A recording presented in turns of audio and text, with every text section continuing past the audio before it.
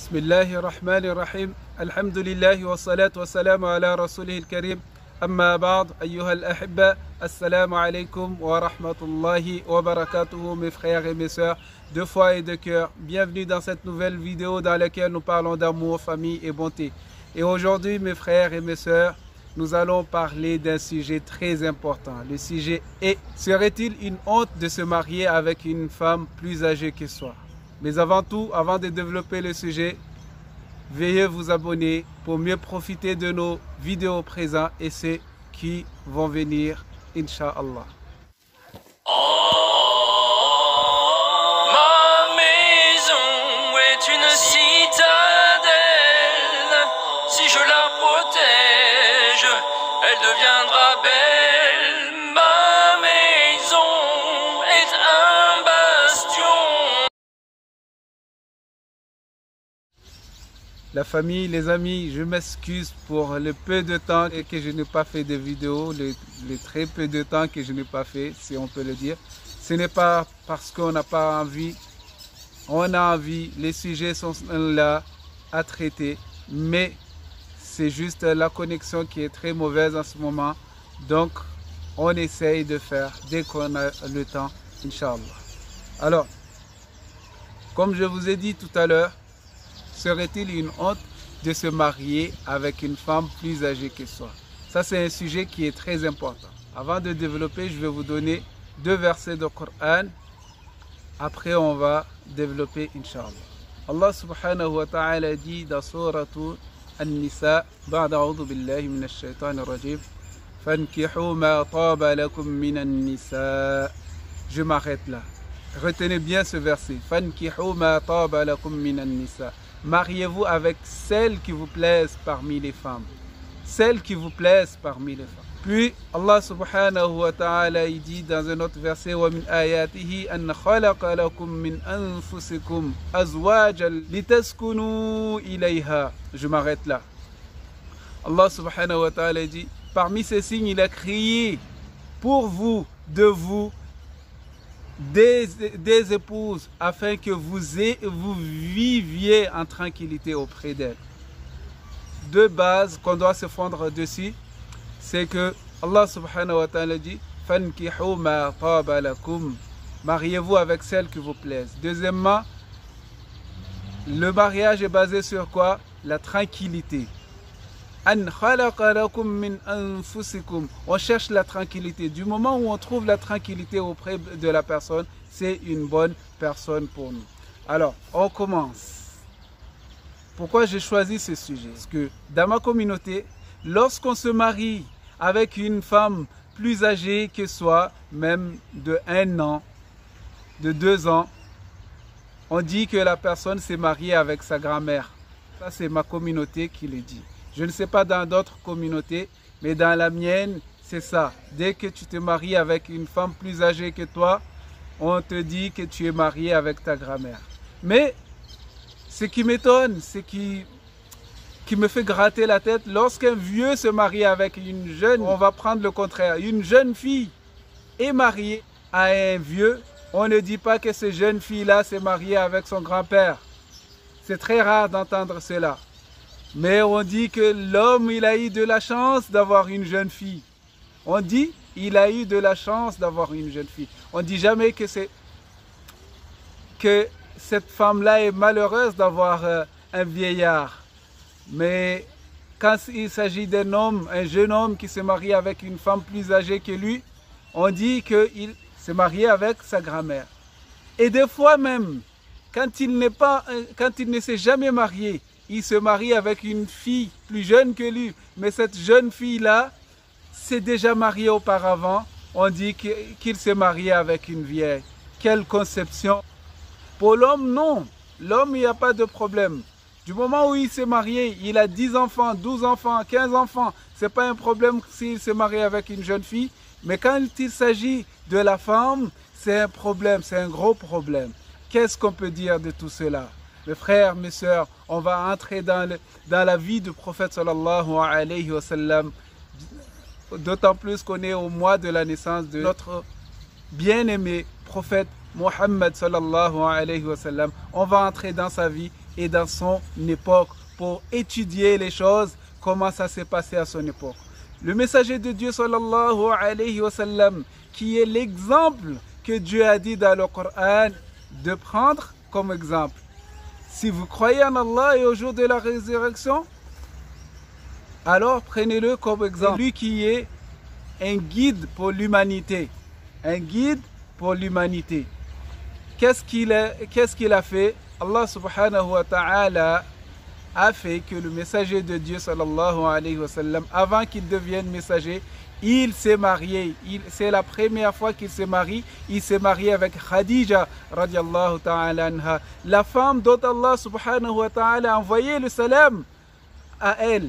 Cette femme-là qui était plus âgée que le messager de Dieu sallallahu alayhi wa sallam. On pourrait dire que le messager de Dieu sallallahu alayhi wa sallam s'est marié avec sa mère, pour ne pas dire sa grand-mère.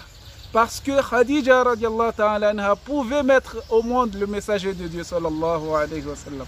Mais non, ça ne lui a pas empêché de se marier avec. La différence d'âge entre les deux, c'était 15 ans. Ils ont vécu 25 années de bonheur. 25 années de bonheur. Le messager de Dieu sallallahu alayhi wa sallam, il a eu tous ses enfants avec Khadija radiallahu ta'ala anha. Un seul enfant qu'il n'a pas eu avec Khadija, c'était Ibrahim, qui est né de Maria al-Qibtiyya radiallahu ta'ala anhum ajma'in. Khadija radiallahu ta'ala anha, en parlant d'elle, le messager de Dieu sallallahu alayhi wa sallam était en présence de sa tendre femme Aïcha radiallahu ta'ala anha. La sœur de Khadija a demandé à entrer à la maison. Le prophète sallallahu alayhi wa sallam a entendu la manière dont la femme Hawla demandait à entrer radiallahu ta'ala anha, à entrer à la maison. Et il a pensé que c'était sa défunte femme Khadija radiallahu ta'ala anha. C'était la manière dont il demandait à entrer, c'était la manière dont il parlait. Donc, ça c'était un moyen encore de penser à Khadija radiallahu ta'ala anha, que le messager de Dieu sallallahu alayhi wa sallam, après sa mort, il parlait encore de Khadija, que Aïcha était très jalouse. Sans avoir vu Khadija, Aïcha était jalouse d'elle. La vieille, on dit. La vieille, Khadija, la grande Khadija, radiallahu ta'ala anha, que dans notre communauté, on n'accepterait pas que nos enfants se marient avec une femme qui a été déjà mariée. Khadija il est né 15 ans avant le messager de Dieu sallallahu alayhi wa sallam. Il s'est marié avec le prophète Muhammad sallallahu alayhi wa sallam. On ne dit pas que le prophète il avait 40 ans, il avait 25 ans. Très jeune. Premier mariage avec une femme mûre. Une femme avec qui il a appris c'est quoi la vie de couple.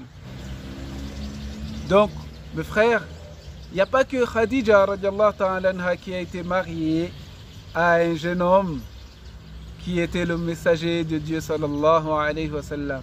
Mais il y avait un jeune homme aussi, Jabir radiallahu ta'ala anhu, qui s'est marié avec une femme mûre, une femme qui avait déjà des enfants, une femme qui s'est déjà mariée auparavant, que le messager de Dieu sallallahu alayhi wa sallam a dit: ah, si tu t'es marié avec une jeune fille, alors tu aurais joué avec elle et elle aurait joué avec toi.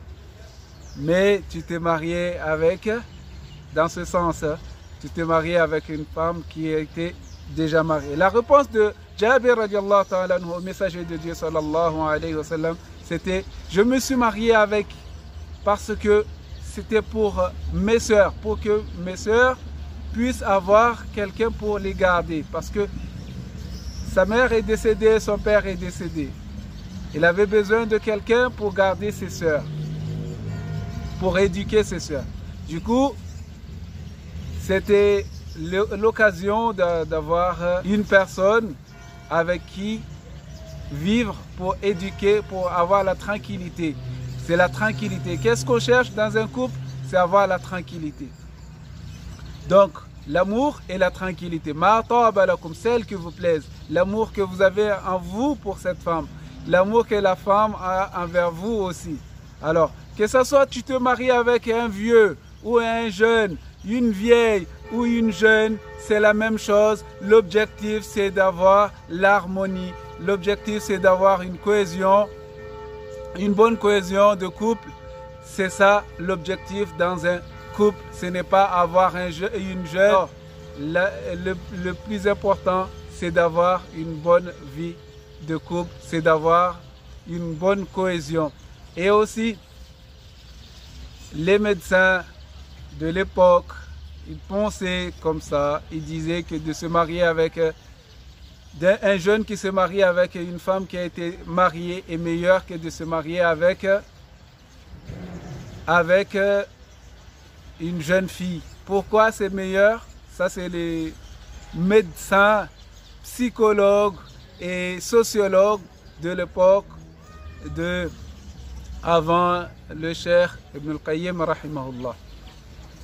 Alors, à son époque, il disait comme ça que les médecins disaient que c'était meilleur de se marier avec une femme qui a été déjà mariée que de se marier avec des jeunes qui n'ont jamais goûté à la vie de couple. Et donc, mes frères, mes sœurs, ce n'est pas une honte et ça n'a jamais été une honte de se marier avec une femme plus âgée que soi. Et l'âge, l'amour n'a pas d'âge, comme l'adage dit, l'amour n'a pas d'âge. Notre adage dit, l'amour n'a pas d'âge. Alors, l'amour n'a pas vraiment d'âge. Qu'elle a 40 ans, elle a 50 ans, tu as 25 ans, tu as 30 ans, tu as 35 ans, elle a 50 ans. Ce n'est pas un problème de se marier avec elle. Du moment où il y a une bonne cohésion, du moment où vous vous comprenez, ce n'est pas un problème de se marier avec. La vie n'est pas belle ici? Vous sentez les oiseaux? Vous entendez le bruit des oiseaux? Allez, jazakumullah khair. Wassalamu alaikum. À la prochaine vidéo, Inch'Allah. On essaiera de tenir le rythme, de reprendre le rythme, Inch'Allah. Mais ce n'est pas évident d'avoir une bonne connexion. Donc, si vous voyez que je ne suis pas là, je suis désolé. Wassalamu alaikum wa ila al-liqa. À la prochaine, Inch'Allah.